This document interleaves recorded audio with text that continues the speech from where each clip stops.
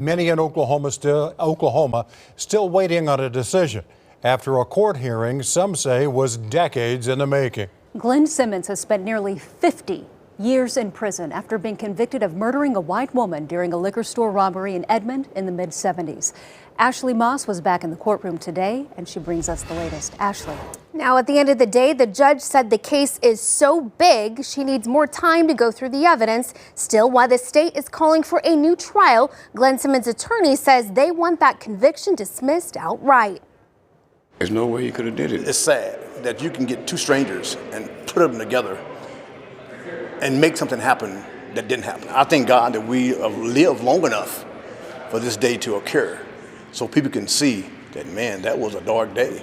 And it really was. A cloud of witnesses filing in and out of this courtroom on Glenn Simmons' behalf Tuesday, including a prosecutor, an eyewitness expert, 7 different alibi witnesses, a cousin saying Simmons wasn't even in Oklahoma City when the crime was committed, Don Roberts, one of the 2 black men convicted by an all-white jury before serving more than 30 years. My body is tingling now because of what I experienced back then.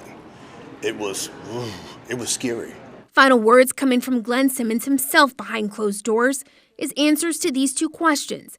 Did he commit the crime he was convicted of? Was he even in Oklahoma at the time? Both emphatically no.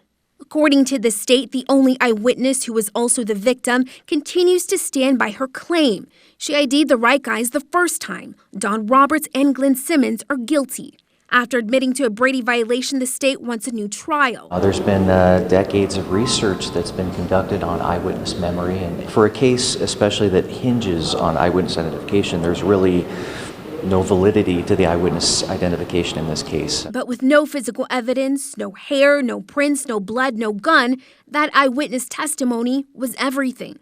The defense wants the conviction thrown out completely. Where is counsel until he's dead or free?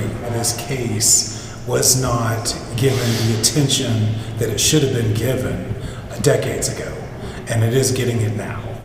Now, again, there was no decision today made to move forward with a new trial due to those prior violations or to throw out that conviction. But early in the day, Judge Amy Palumbo told the courtroom, quote, "Mr. Simmons was charged with this crime before I was born. It sure would have been nice for the state to have confessed this error before now."